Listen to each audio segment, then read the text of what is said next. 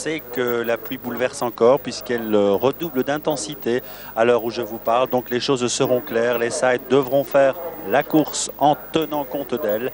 Et à mes côtés, dans un premier temps, pour commenter et pour donner son avis sur la course des sides et sur ce qui s'est passé pendant la journée, Bernard Guérard, qui est un spécialiste de la vitesse pure, journaliste qui suit depuis très longtemps le Continental Circus. Alors Bernard, on va assister à la course qui fait pas partie, qui n'est pas considérée comme les autres. Hein. C'est une course différente parce que ces engins-là sont pas véritablement des motos, ce sont des engins plutôt hybrides, non?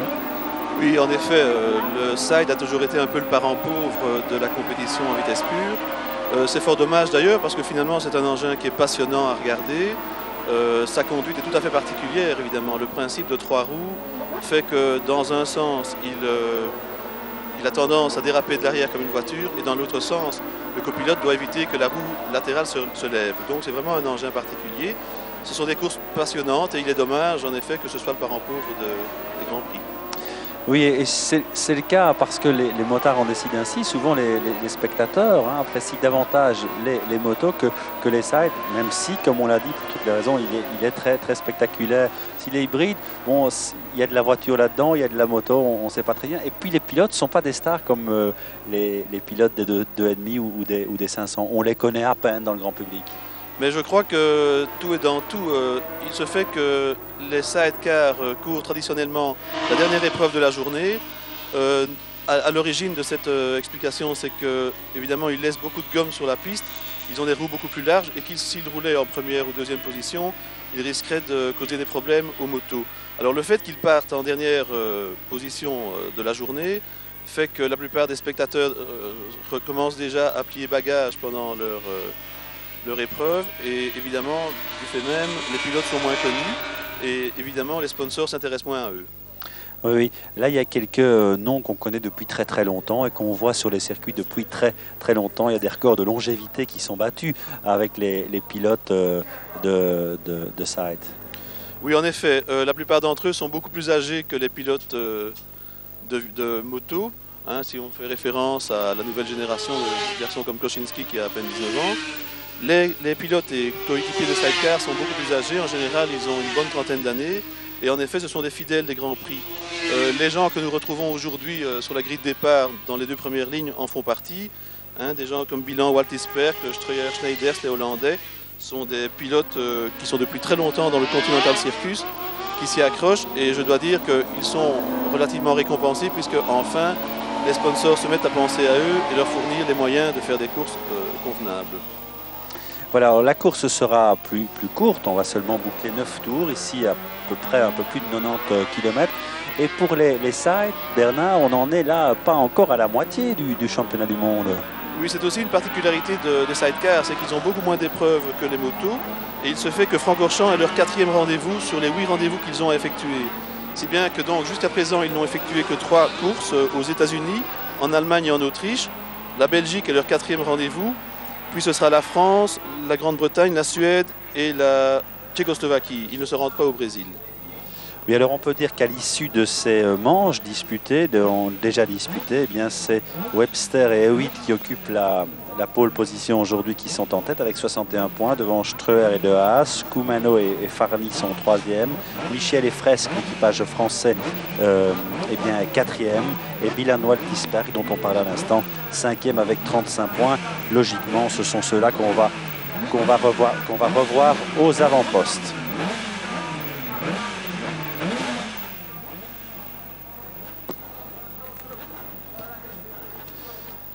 Les sides donc qui sont présents sur la grille ici à Francorchamps et qui vont nous offrir un très beau spectacle. Eh bien voilà, ce ne sera pas 9 tours comme je vous le disais erronément et comme c'était indiqué sur un programme à moi. J'ai les chiffres là devant moi et fort judicieusement une assistante me fait remarquer que ce ne sera pas 9 mais 13 tours. Voilà, oui, 13 tours, oui. Autant pour moi. Voilà Bernard, 13 tours pour les sides, ce qui fait quand même 90 km/h, 90 km en tout. Et la journée, il est temps pour moi qu'elle se termine parce que parfois, quelques approximations qui sont coupables et vous voudrez bien m'en pardonner. Apparemment, les interruptions dans la course des 500 ont été fatales. Ont été fatales. Au nerf du journaliste. Oui, oui. On pourrait peut-être ajouter également concernant les sidecars, parce que c'est une catégorie fort peu connue, que ce sont des engins qui pèsent environ 170 kg, ce qui est quand même fort léger par rapport à leur aspect. Que leur moteur, qui est un 500 cc, développe environ aussi 145 chevaux, ce qui est fort impressionnant. Et donc, malgré qu'il y ait 2 personnes à bord, ils arrivent à tourner à peu près à la même vitesse que les 250. Alors évidemment, quand on considère la course des 250, c'est quand même fort impressionnant de voir ces petits engins au ras du sol tourner à la même vitesse. Alors le rôle du singe là-dedans, chaque année il faut en parler, mais il est évidemment capital et on est assez sidéré, scié par la prestation de ces hommes bondissant d'un côté à l'autre et maintenant l'équilibre et la bonne trajectoire de la machine. Ah oui, leur participation au pilotage est essentielle, quoi qu'on en pense.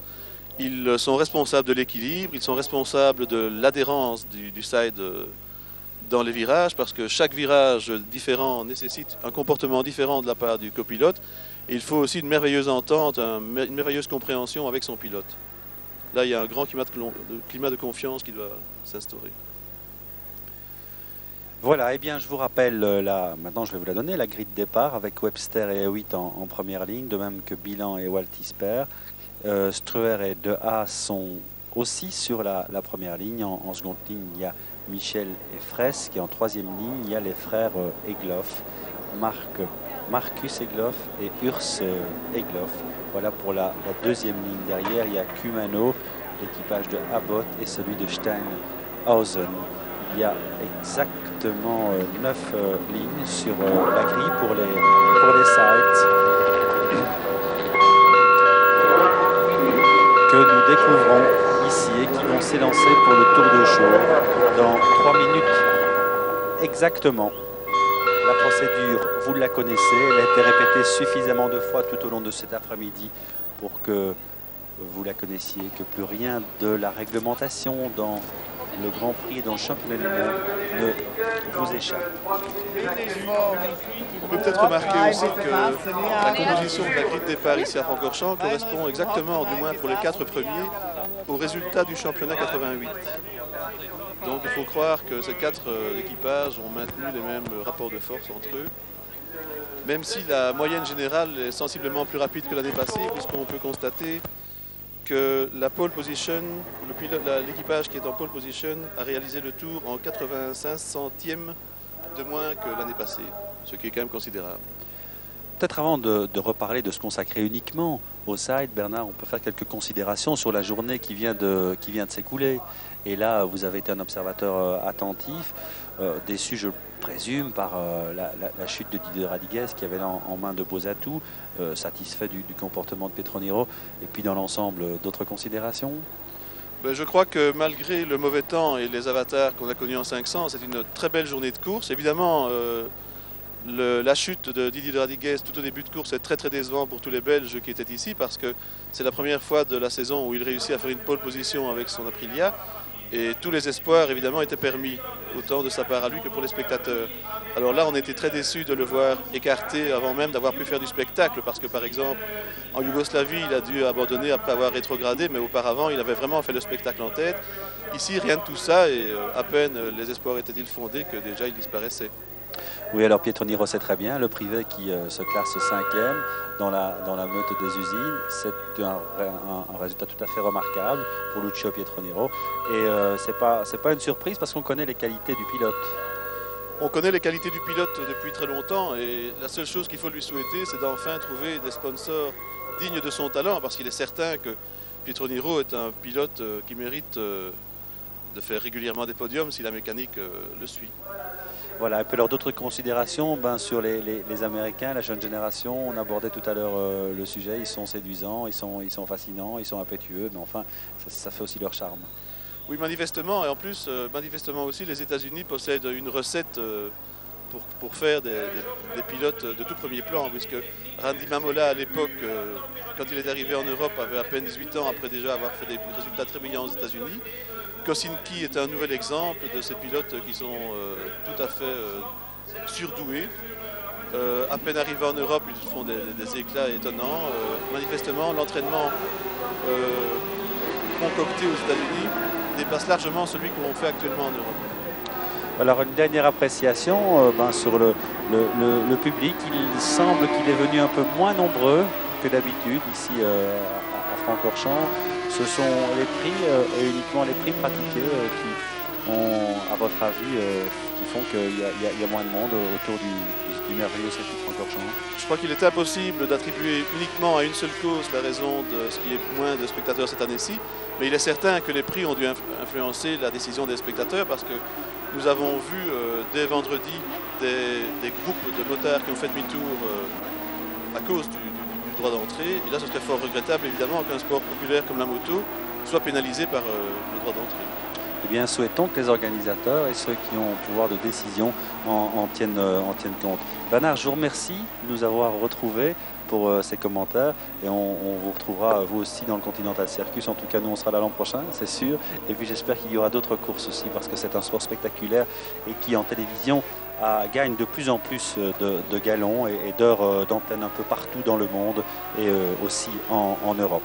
C'est Philippe Michel qui vous remplace, aussi un ex-journaliste. Et puis maintenant, il fait partie à part entière de l'organisation, mais il connaît bien forcément tous les pilotes qui sont présents et il pourra lui aussi nous donner son appréciation sur les sides qui sont là et qui sont de merveilleuses machines. Philippe Michel qui est français et que je salue, il vient de quitter la grille de départ. Il a eu quelques appréciations. Les derniers potins, Philippe, qu'est-ce que ça donne?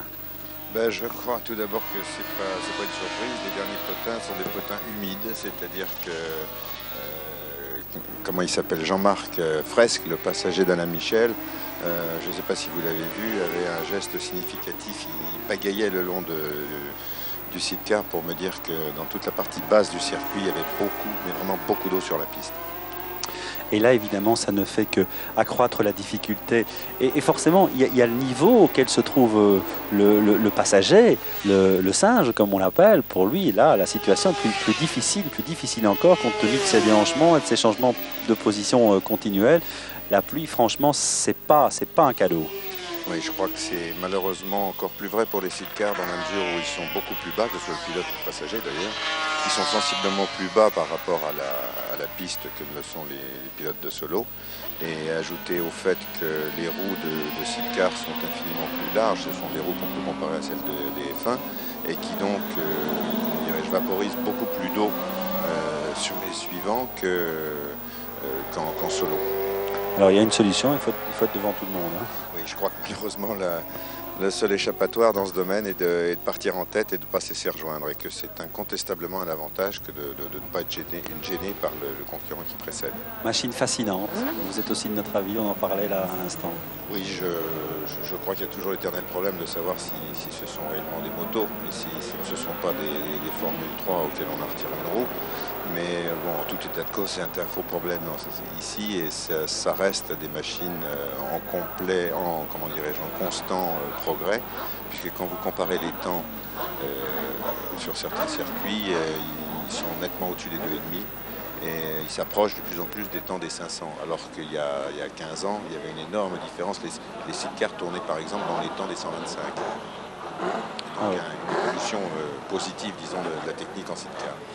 Donc en première ligne, Webster, Biland et Streuer, ce sont les pilotes. En deuxième ligne, Michel et Egloff. Le départ bientôt, le drapeau rouge va s'abaisser et les sides vont s'élancer pour 13 tours. Donc dans cette dernière course, dans ce dernier rendez-vous du Grand Prix de Belgique de Vitesspur, un Grand Prix de Belgique qui aura été bouleversé et en tout cas perturbé par la pluie.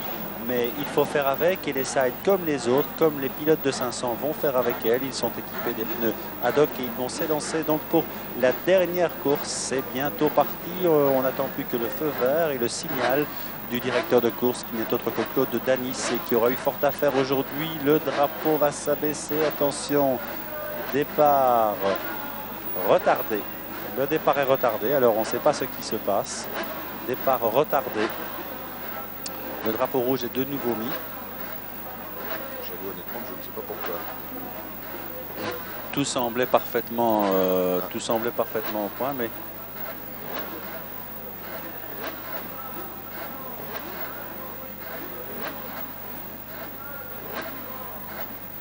5 minutes de nouveau.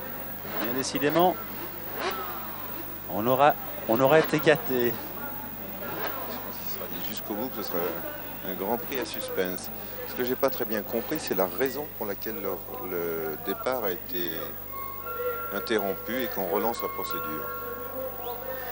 La procédure est relancée, donc 5 minutes, et puis le départ, et après ça, le tour de 5 minutes, et puis le tour de chauffe, et puis le départ. Hein. Non, c'est pas aussi simple. Donc peut-être, avec vous, Philippe Michel, puisque vous êtes proche de l'organisation, on peut peut-être émarger de la course, hein, et parler davantage la question précise qu'on posait, sur laquelle vous devez avoir votre avis, le prix des places particulièrement. Et là, il y a moins de monde, on le voit à Francorchamps. C'est certainement pas la seule et unique raison, mais cela intervient. Alors, votre avis, parce que l'augmentation est quand même plus que sensible. D'abord, je vais vous donner un tout petit détail en ce qui me concerne. Je ne fais pas partie de l'organisation. Plus proche d'elle, je disais. Non, même pas. Non, même pas. Je m'occupe au sein de Motomédia de tous les problèmes de télévision. C'est-à-dire que Motomédia est la société à laquelle la Fédération internationale motocycliste a concédé les droits de télévision. Motomédia effectivement a conclu un accord avec ISC qui, comme personne ne l'ignore, est une compagnie qui appartient, qui est très proche de monsieur Ecclestone, c'est évident. Mais en ce qui concerne Motomédia, je me permets d'insister quand même sur le fait que la finalité de cette société n'est pas, comme beaucoup d'autres sociétés, de gagner de l'argent, mais de promouvoir la moto via la télévision. La télévision étant considérée, à juste titre, c'est pas vous qui me direz le contraire, comme un média privilégié. La FIM et la plupart des gens concernés par ces problèmes estiment que la télévision reste le moyen pour promouvoir la moto. Et c'est le but de Motomédia, qui effectivement, il y a des impératifs d'argent, mais c'est pas du tout la finalité, si vous voulez. La finalité n'est pas de gagner de l'argent, puisque les bénéfices de la fin de cette saison seront réinvestis sous une forme ou une autre.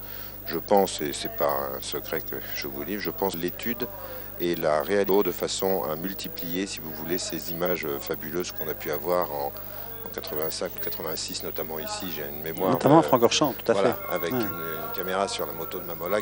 C'était super. Voilà, qui avait fait un spectacle formidable. Bon, c'est une des choses qui... Pour en revenir à votre question du prix, oui, c'est évident que le prix a une vertu dissuasive.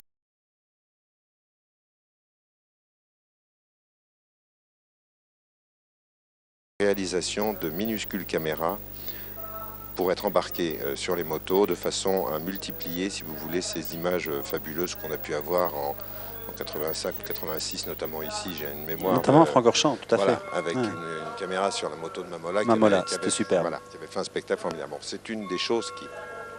Pour en revenir à votre question du prix, oui, c'est évident que le prix a une vertu dissuasive, enfin si tant est qu'une vertu puisse être comme ça, sur le public. Bon, je crois aussi qu'il faut dire que malheureusement vous n'avez pas, enfin vous, je dis la Belgique ce week-end n'a vraiment pas été gâtée par le temps et malheureusement on sait quand même à peu près partout, peut-être la seule exception c'est à Seine où les gens qui neigent, qui ventent, qui sont toujours d'une fidélité incroyable.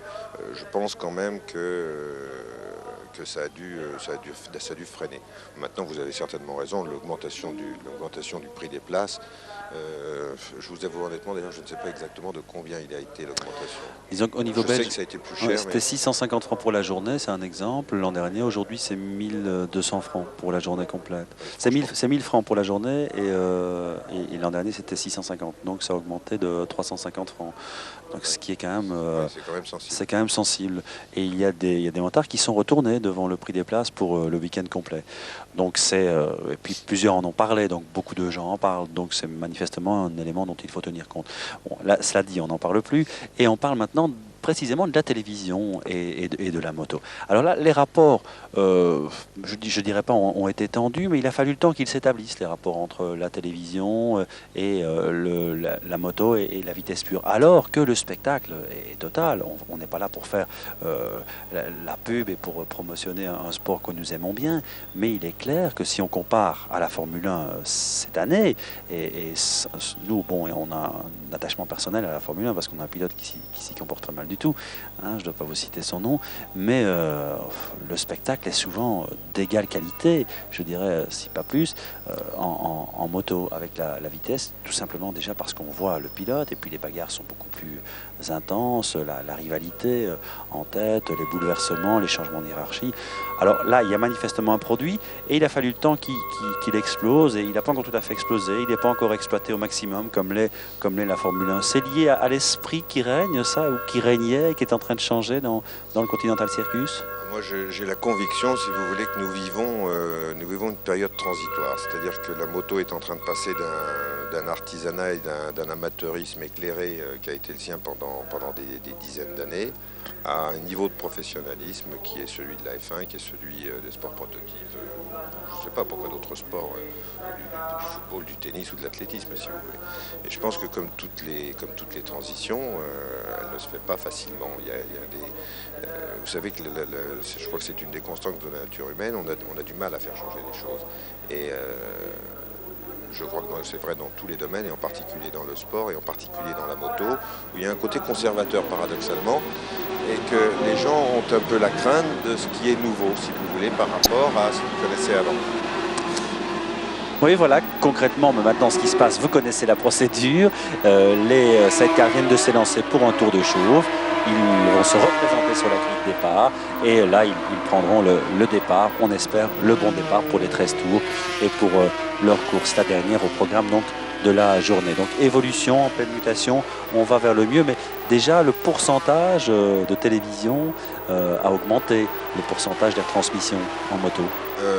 Très honnêtement, je ne peux pas vous donner avec une précision absolue les pourcentages, parce que pour des raisons que vous imaginez facilement, il est très difficile d'avoir les chiffres exacts. Et nous ne les aurons, j'en parlais ce matin d'ailleurs avec quelqu'un de chez vous, nous ne les aurons que, je pense que courant décembre, très précises.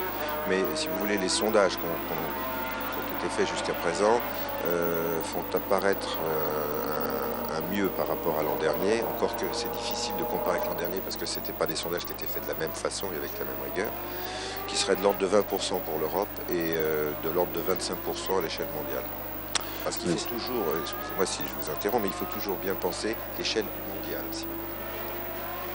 Oui, c'est ça, tout à fait. C'est ce à quoi vous pensez, et c'est ce pourquoi vous êtes là. Vous êtes là, et c'est tout à fait justifié. Et on souhaite beaucoup de succès. De toute façon, on l'a constaté, malgré les circonstances, cela reste un spectacle époustouflant. Et souvent, là, on a froid dans le dos, même si la télé ne rend pas toujours ce qui se passe. Disons que, en plus, il y a des sports qui sont moins télégéniques que d'autres, mais ici, le mariage télé-moto, ça se passe bien. Moi, j'ai la conviction je suis peut-être chauvin parce que j'adore la moto, mais que la moto est infiniment plus spectaculaire en valeur absolue et à la télévision en particulier que la Formule 1. Ça, j'en suis convaincu. Voilà. Eh bien, nous allons retrouver les sides qui vont boucler bientôt leur deuxième tour de show, puisque c'est déjà le deuxième. Peu de public, finalement, peu de gens ont quitté le circuit. Et c'est bien normal parce que les sides offrent un spectacle tout à fait particulier, même s'ils sont les derniers au programme, ce qui n'est pas un avantage. Eh bien, le public leur est fidèle, et malgré les conditions climatiques, il reste là, parce que généralement, on n'est pas déçu par le spectacle qu'ils proposent. Je trouve un petit peu dommage d'ailleurs que les sides restent cantonnés dans la dernière partie du programme. Bon, c'était une raison qui était très technique au départ. La gomme. Voilà. Non, c'était pas tellement la gomme. C'était surtout parce que les sides étaient pendant longtemps animés par des moteurs 4 temps qui avaient des problèmes, qui cassaient et qui laissaient de l'huile sur la piste. Alors, bon, on les mettait en dernière position. Maintenant, paradoxalement, cette raison technique est fausse, si vous voulez, parce que les sides sont aussi fiables que les motos solo. Mais c'est très souvent un biais pour les organisateurs, pour, disons, fluidifier les sorties d'un circuit. Parce qu'on pense que beaucoup de gens partiront après les 500, qu'il en restera une partie pour les sides et que, mon Dieu, ça facilitera les conditions de circulation. C'est un petit peu dommage quand même pour un sport qui mérite mieux que ça. Ce que nous disait Bernard Gerhardt aussi, la gomme laissée par les sides, il y en a un peu plus, oui, c'est vrai. Donc ça pourrait désavantager. Ça reste quand même une petite raison technique. Mais vous savez, quand on dans une séance d'essai par exemple, où on alterne 80, 125, etc., les 500 reprennent la piste aussitôt après les sides, et avec des durées d'essai qui sont les mêmes que la durée d'une course. Donc cette raison-là ne me semble pas très honnête. Qu'elle ne paraît pas suffisante pour les empêcher d'avoir parfois une meilleure place et une meilleure position dans le programme des différents Grands Prix qui sont organisés durant la saison de vitesse pure. Je crois que maintenant il n'y aura plus de problème et que tout sera en ordre sur la ligne et sur la grille. Je vous rappelle que Webster et Witt ont réalisé le meilleur temps devant Bilan Waltisberg et Streuer de Haas sont 3e, Michel et Fresque les Français 4e et les frères Egloff, Marcus et Urs, ce sont des Suisses, sont 5e. Bientôt, voilà le feu rouge et le feu vert. C'est parti avec un excellent départ de Streuer. Streuer qui a pris le large d'emblée. On le voit ici au Raidillon avec une avance très nette sur Bilan et Waltisberg. Et c'est Webster et eux, oui, qui ont pris le moins bon départ en première ligne. Ils sont là. Numéro 22, c'est Steinhausen et Hiller, si j'ai bien vu, qui sont 4e.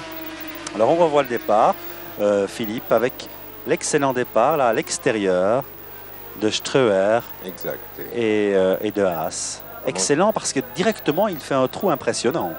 Exactement. Et l'ennui c'est que derrière ça bouchonne un petit peu. D'ailleurs je crois qu'on voit à un moment Alain Michel qui essaye de déboucher sur la gauche et qui est bloqué par 3 sides devant lui. Michel et Fresque, les Français, particulièrement vous allez les suivre, il y a un attachement là qui joue et c'est bien logique, qui sont aussi là depuis des années, depuis des lustres, a-t-on envie de dire. Oui, je crois que ça doit être les plus vieux d'ailleurs maintenant. Encore que la catégorie Sidcar ne manque pas de vétérans, mais je crois que ça doit être plus ancien maintenant.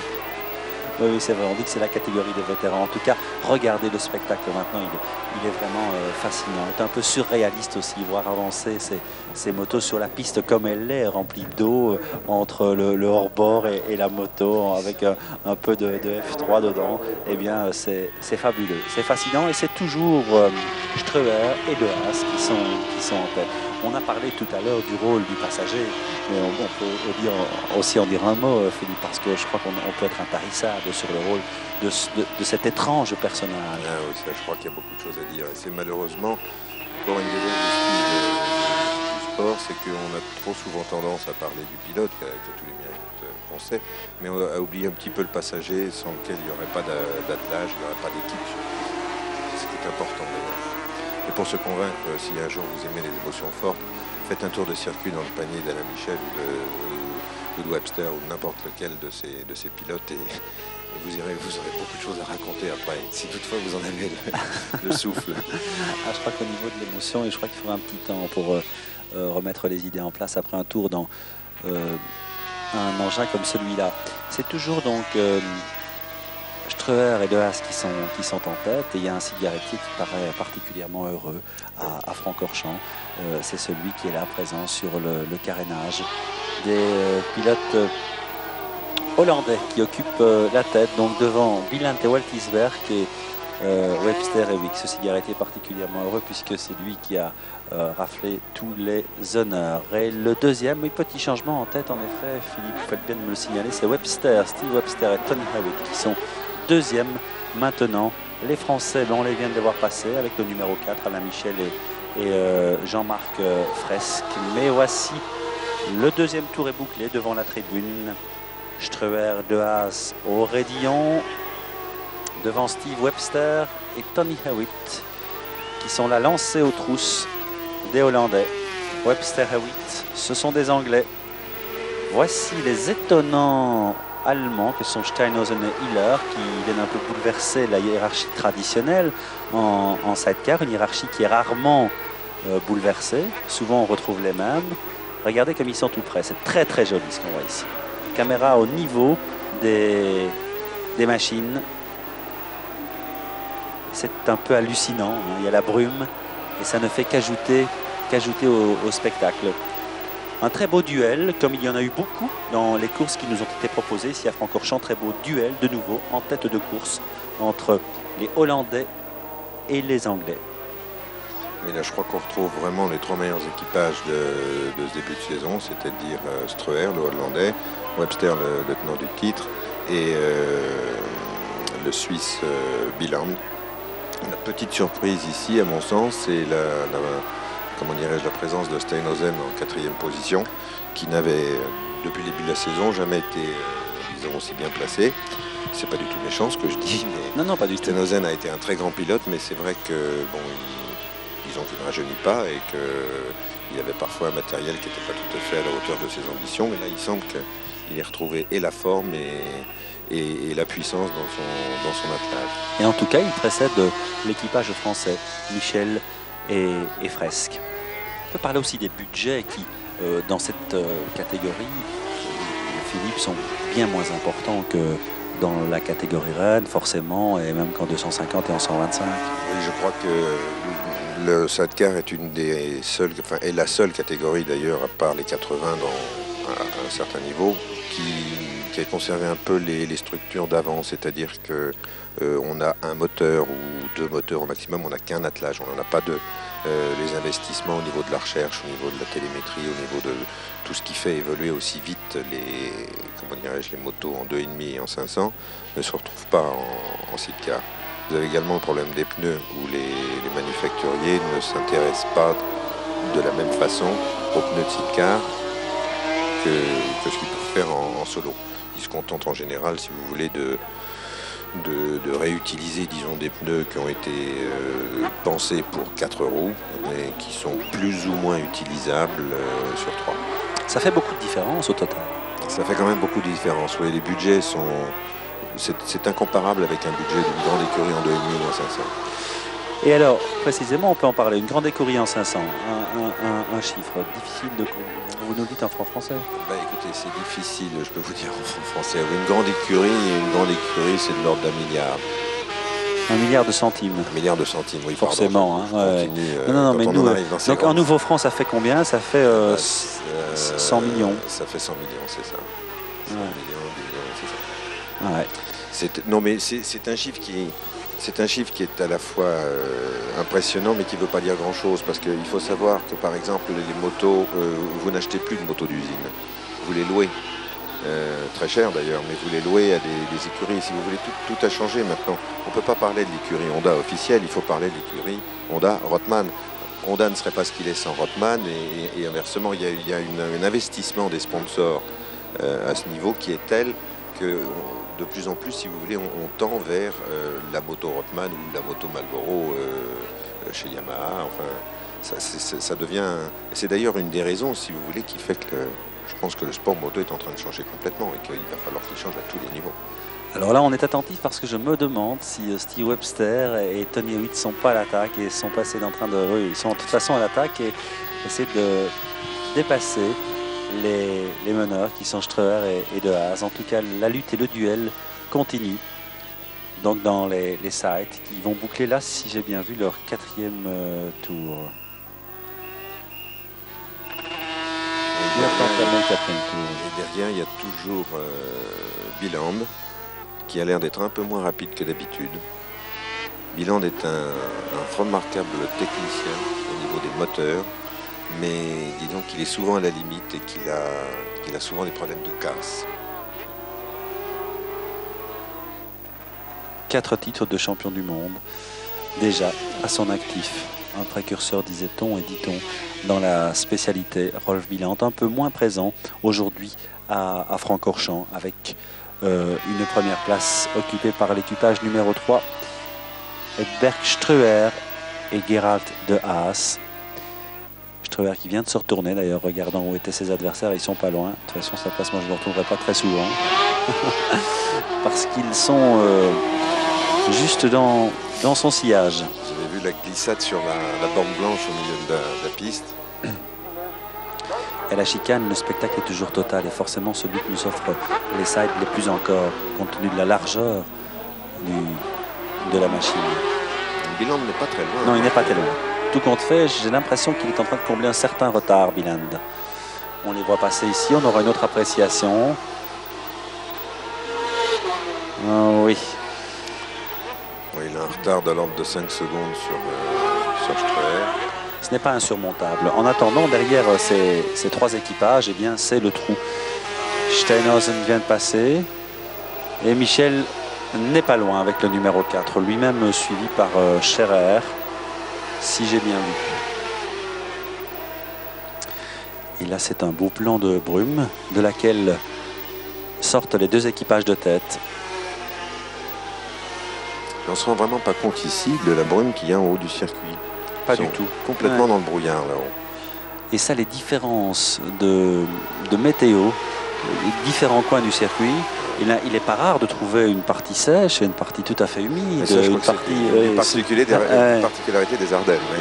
Et particulièrement aussi à Francorchamps, il y a un microclimat tout à fait étonnant, même plus qu'étonnant, même tout à fait déroutant. En attendant, il faut faire avec.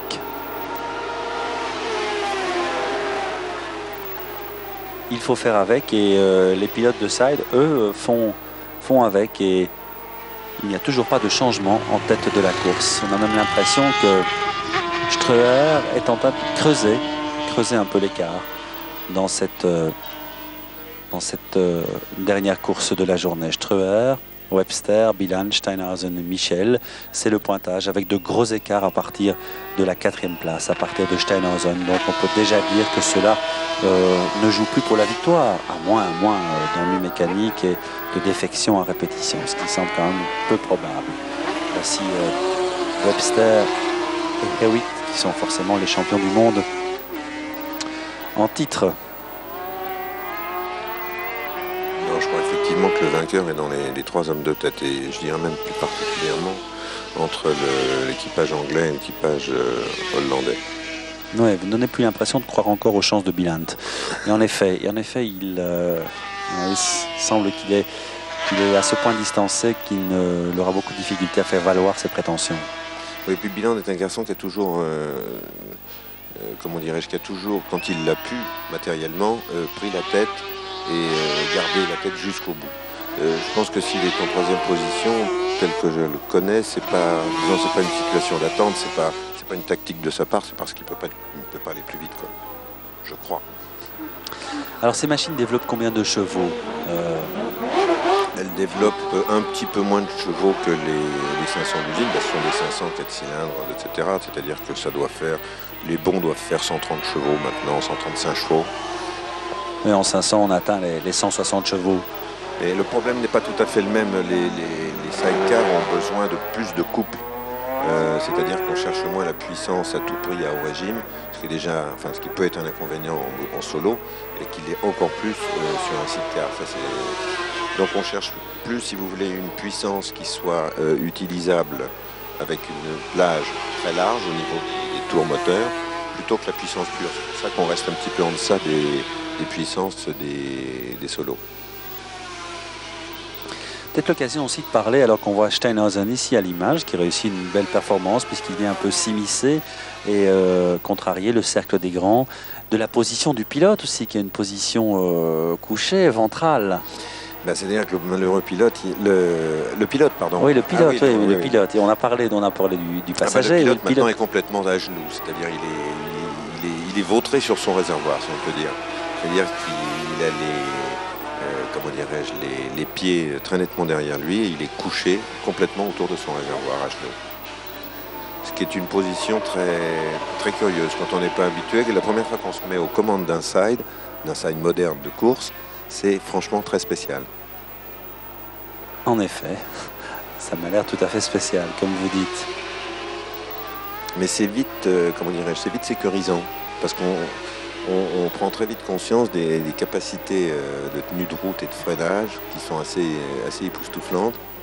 Et on arrive assez vite, si vous voulez, à prendre un rythme qui n'a rien d'extraordinaire, mais qui est impressionnant.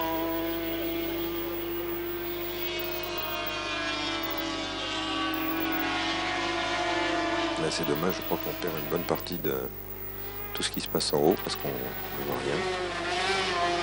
Je crois qu'on avait choisi de vivre pendant un petit moment là le destin de Steinhausen, les aventures de Steinhausen, mais on va pas tarder à retourner en tête de la course avec Streuer et Webster qui doivent continuer. Il n'y a pas de raison à se livrer une belle bagarre.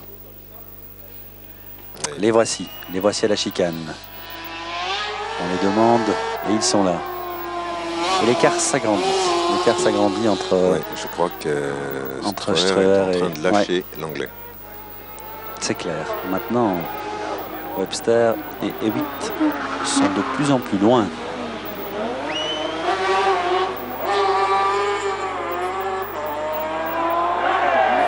C'est pas une surprise de savoir et d'apprendre que c'est Streuer qui a réalisé le meilleur temps.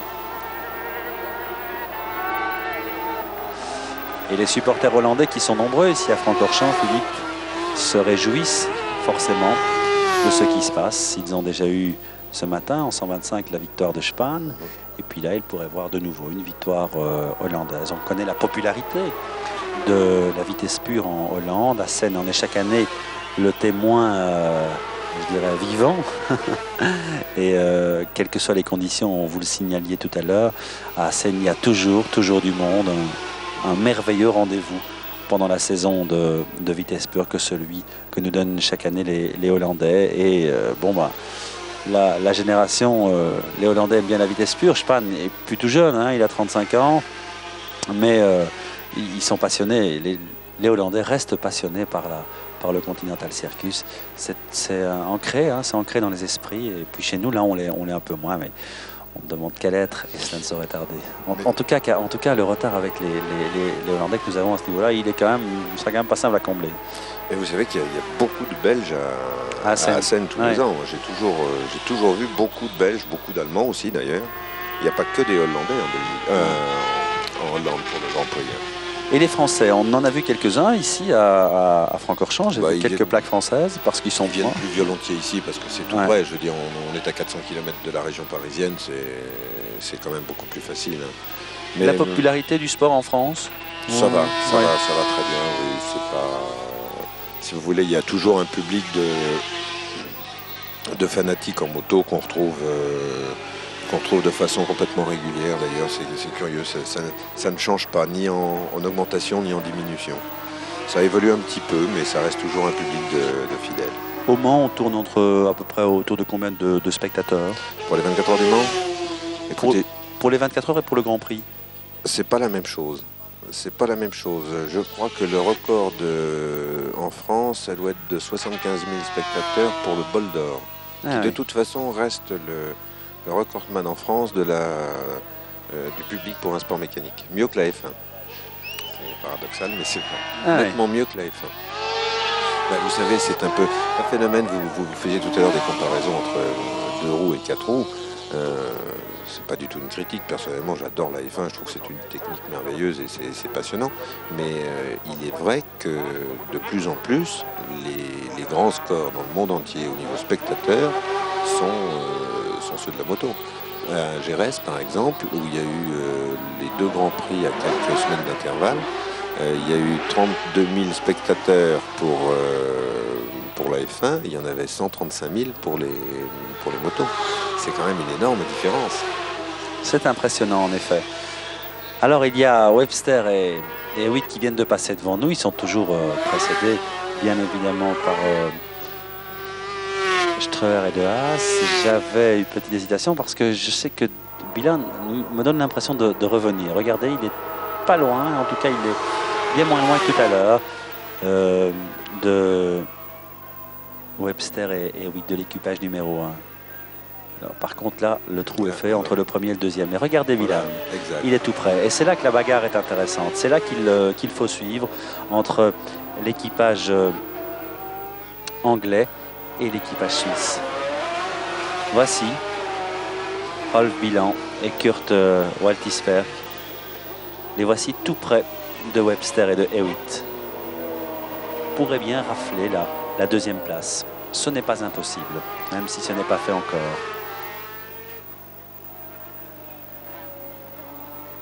J'avoue que j'aurais du mal à dire si c'est Biland qui est vraiment revenu sur Webster ou si c'est Webster qui a un peu baissé de rythme, hein, parce qu'il aurait fallu prendre des temps plus précisément. Mais ce qui est certain de toute façon, c'est que maintenant, à part un problème mécanique, je pense que Streuer a virtuellement gagné. Oui, 7 secondes et 8 secondes sur Biland. Et pour lui, logiquement, il ne devrait plus y avoir de problème. On le dit déjà alors qu'on a à peine atteint la moitié de la course. Ce qu'on était, alors là, loin d'être à même de dire dans les autres catégories à la fin en 125, en 2,5 et en 500. C'est exact. Et c'est peut-être une des raisons qui fait que le sidecar est un petit peu moins passionnant. Il est plus rare, je crois, quand même, de voir des batailles au finish sur 3 roues que celles qu'on a pu voir notamment cette année en 500 et en 250 où toutes les courses se sont jouées pratiquement dans le dernier tour. Ah, de ce point de vue-là, on a été gâtés en 2,5 et en 500. On a particulièrement été gâtés cette année au niveau du spectacle. Et Francorchamps l'a confirmé d'ailleurs.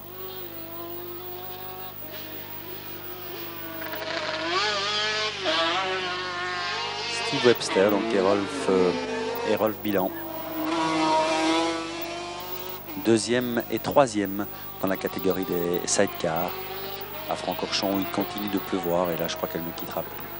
Plus de la pluie, il y a la bruine. Enfin, plus de la pluie, il y a la brume, pardon.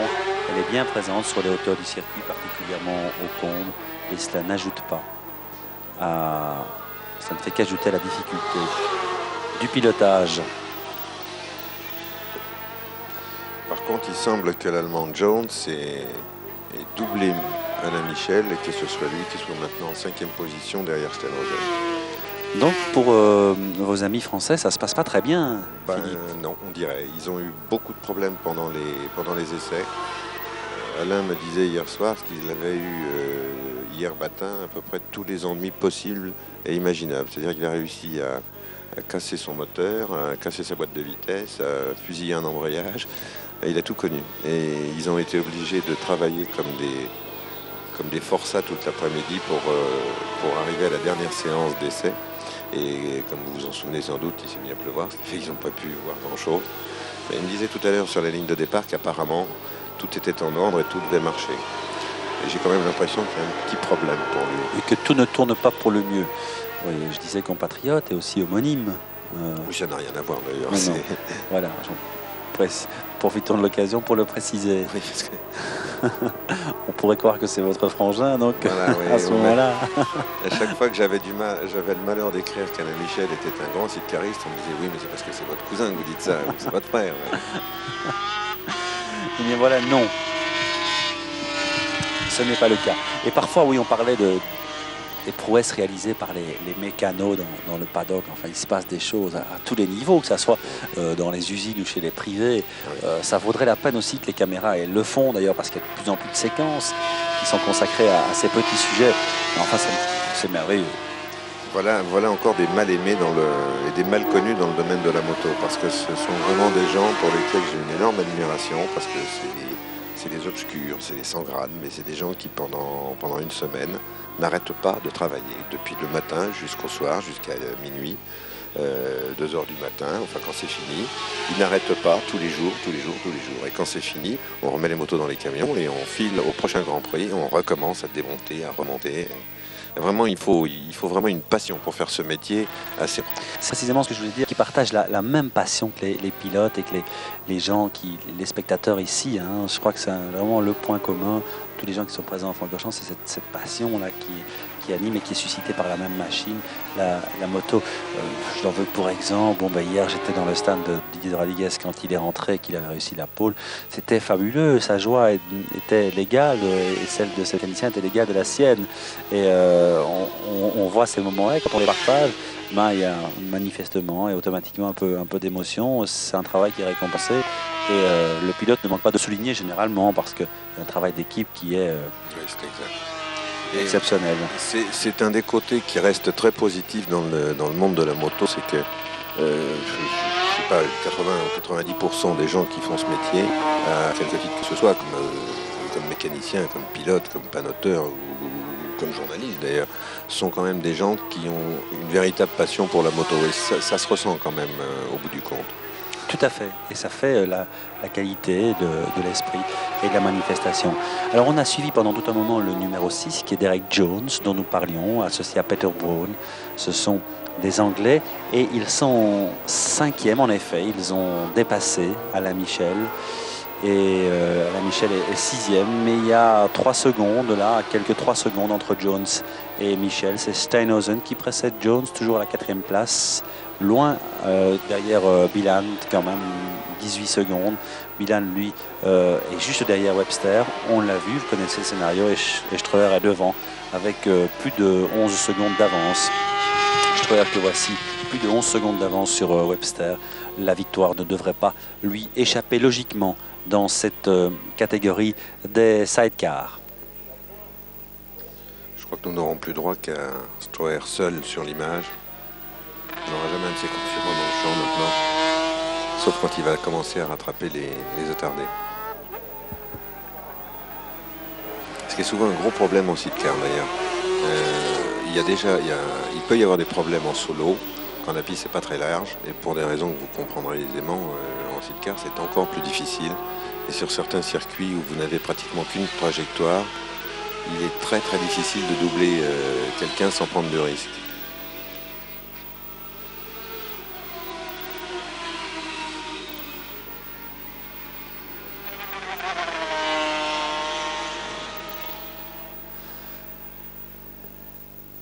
Egbert Streuer, associé donc à Benny De Haas. Streuer qui a 35 ans très exactement, il est hollandais, il a fait ses débuts en 1979 en Grand Prix, donc ça fait quelques années. Il a remporté 3 titres dans cette catégorie et il s'est imposé à 13 reprises.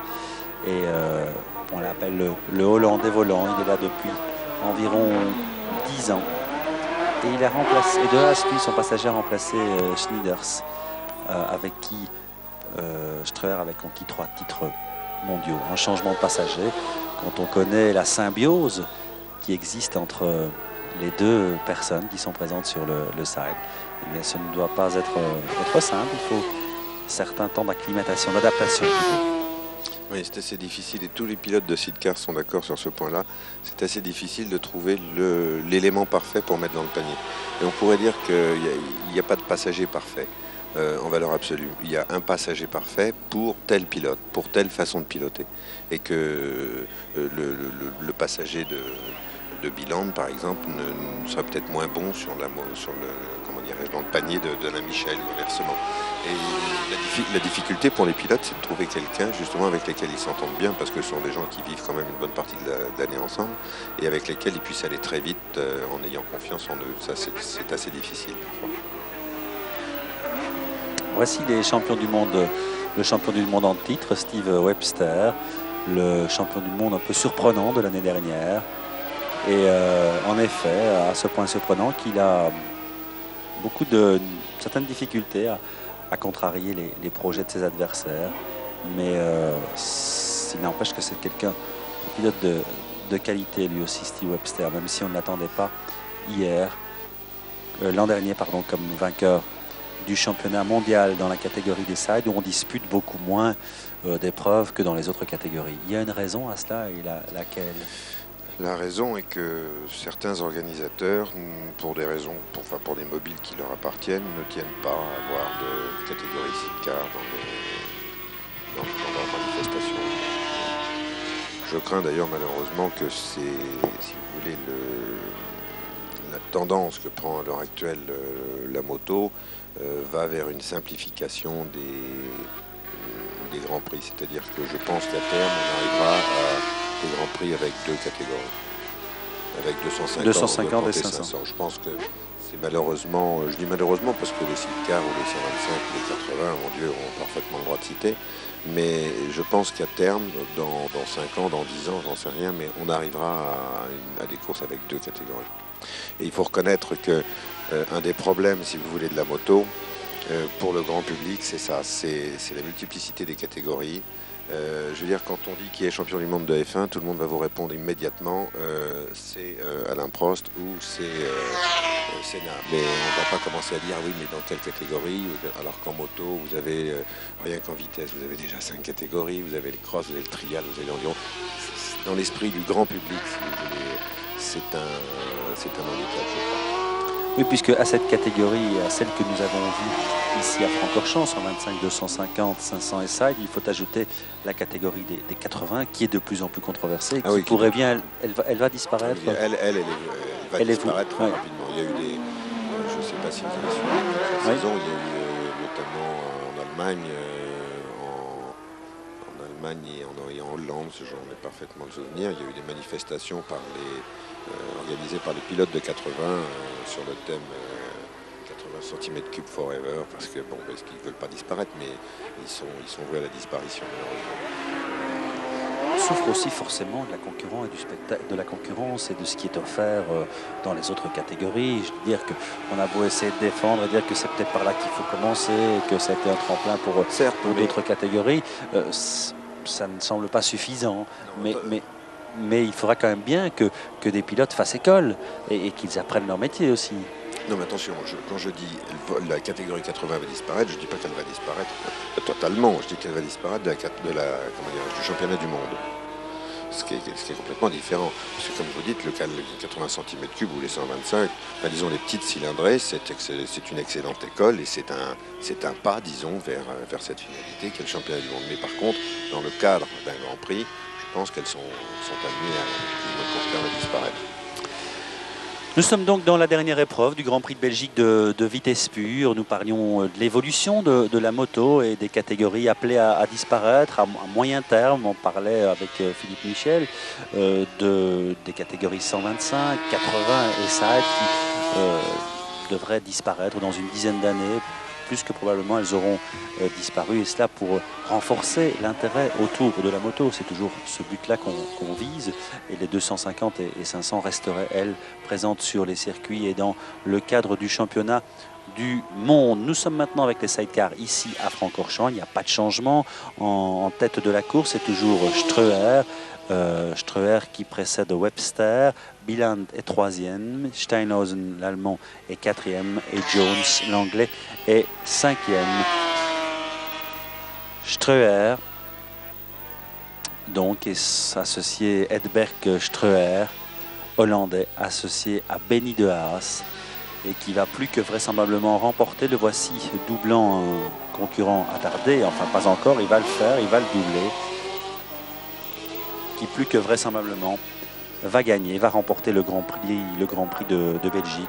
Il est là en train de boucler son 11e tour. Après cela, il restera 2 tours à parcourir et la course sera terminée. La victoire acquise pour l'équipage hollandais qui aura mené parfaitement sa course et qui a pris d'emblée ses distances. Rappelons-nous, Philippe, il avait pris un excellent départ et depuis, il n'a pas quitté la tête de la course.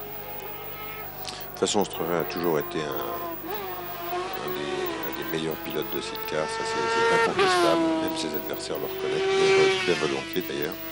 C'est un garçon qui va vite, qui a du métier maintenant, qui fait plus les petites erreurs de jeunesse qu'il a faites avant. C'est-à-dire il arrivait parfois de se laisser emporter par un tempérament un peu chaud.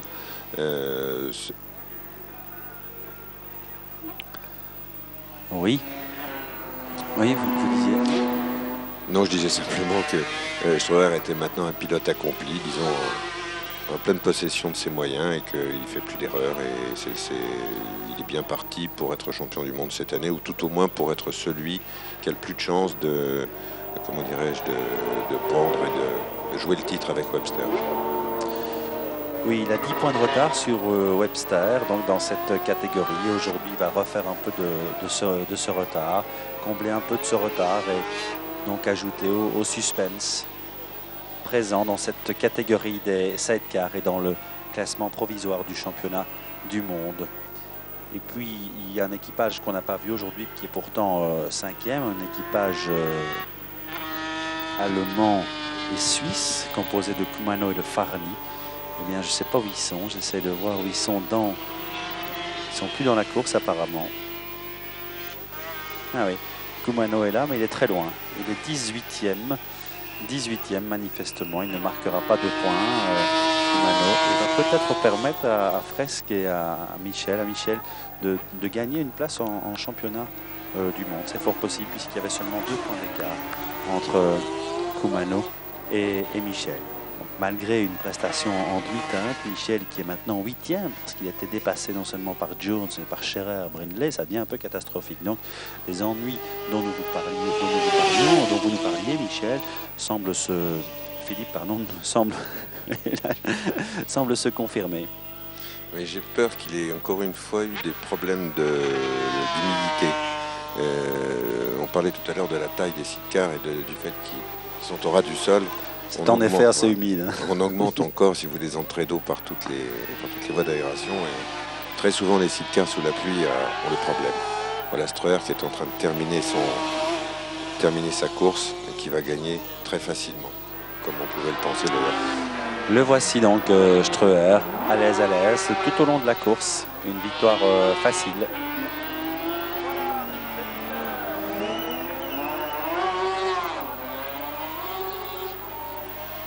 Et voilà, le directeur de course a décidé d'arrêter la course ici. Donc il y a un tour de moins. C'est une victoire donc, pour Streuer. Claude Danis nous a surpris ou a failli nous surprendre. C'était le dernier tour. Et vous l'aviez pressenti, Philippe. Voilà donc une victoire de Streuer. Une victoire qui ne souffre pas la moindre contestation devant Steve Webster et Rolf Biland. Avec la joie bien légitime de Streuer et de Haas, les Hollandais qui donc apportent une deuxième victoire à la Hollande aujourd'hui après celle de Spahn en 125. Parfaite réussite donc des Hollandais ici en Belgique, chez nous, chez leurs voisins. Victoire donc de Eric Streuer dans cette course des sidecars, voilà qui clôture le dernier rendez-vous, la dernière course de Francorchamps. On voyait aller chercher un drapeau et c'est joli, on va assister avec lui au dernier tour, tandis que Philippe est un peu contrarié et s'inquiète de la performance de Michel et de Fresque, qui doivent terminer à mon avis on le voit là à la 8e place, mais ils feront malgré tout une bonne opération. On voit les 3 équipages qui ont animé la course, l'image est jolie avec en prime le drapeau hollandais. Il y a plaisir à tous les Hollandais qui sont ici, là. Il y en a beaucoup parce qu'il y a voir les petits drapeaux qui s'agitent dans les tribunes. Oui, et c'est pas vraiment une surprise. Alors deuxième c'est Webster et puis le 3e c'est Biland, Rolf Biland donc. Voilà, Alain Michel qui passe la ligne d'arrivée à l'instant même. Donc il a terminé la course.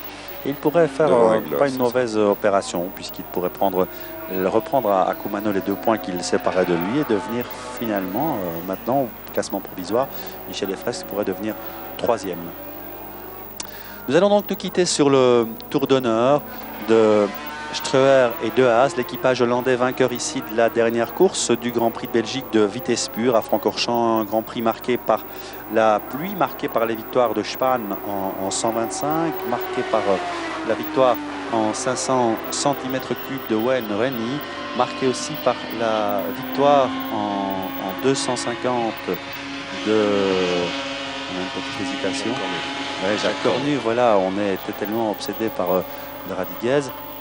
Et marqué enfin par celle de Streuer, le Hollandais, dans la dernière course. Je vous remercie de nous avoir été fidèles. C'était une après-midi à rallonge. Ce n'est pas nous qui l'avons voulu ainsi, mais les conditions météo et la météo capricieuse à Spa-Francorchamps, ce n'est pas une nouveauté, c'est plutôt l'habitude. Merci de nous avoir été fidèles et de nous avoir suivis tout au long de cet après-midi. Merci à vous, Philippe Michel, de nous avoir accompagnés tout au long de cette dernière course ici à Francorchamps pendant que nous avons la situation au classement du championnat du monde. Vous aviez raison, comme je vous l'avais dit, Michel repasse, c'est une bonne affaire. Alain Michel repasse en 3e position. Voilà une bonne nouvelle pour vous et pour les Français, tant mieux, et surtout une bonne nouvelle pour lui. Merci à vous, donc bonne fin d'après-midi à l'écoute de nos programmes et à bientôt pour un prochain rendez-vous moto. Le prochain rendez-vous moto, ce sera celui que nous aurons en motocross au Grand Prix de la Citadelle de Namur, dans un autre genre, mais tout aussi spectaculaire, nous n'en doutons pas, pour le Grand Prix des 500 cc. Bonne soirée, merci encore, à bientôt.